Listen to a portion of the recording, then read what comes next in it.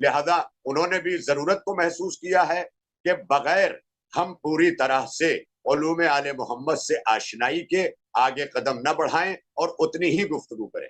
علی عباس وفا صاحب، آپ بھی چینل کے ذریعے پورے ممبئی شہر میں اور ہندوستان بھر میں دورہ کرتے ہوئے یہ چیز آنکھوں سے دیکھ رہے ہیں کہ اس وقت بہت سارے بچوں کے چینلز وجود میں آئے ہیں، بہت سارے یوٹیوب چینلز. ان چینلز میں بچے ہمارے مجلسوں کے اس فرق کو بھی سمجھیں کہ کون سی ہماری مجالس جو پورے اقوام عالم کے لیے ہمیں یوٹیوب پر ڈائریکٹ لائیو کرنی ہے، اور کون سی مجالس جو ہے وہ ہمیں اپنے مومنین کے لیے ریکارڈ کرنی ہے، تاکہ ضرورت پڑنے پر اس کی کلپس وغیرہ بنا پوری کی پوری نہ صحیح تو اسے بھیجی جا سکے. تو یہ ایک اس پر نگرانی رکھنا بہت ضروری ہے. میں سمجھتا ہوں کہ آپ کی نگرانی میں ایک ایسا سیمینار یوٹیوبرز کا بھی ہو کہ جس میں آپ کم از کم سب کو لے کر کے رہنمائی کریں، اور اس میں کچھ علماء بھی اور سول سوسائٹی کے لوگ بھی، نواح خان ذاکر.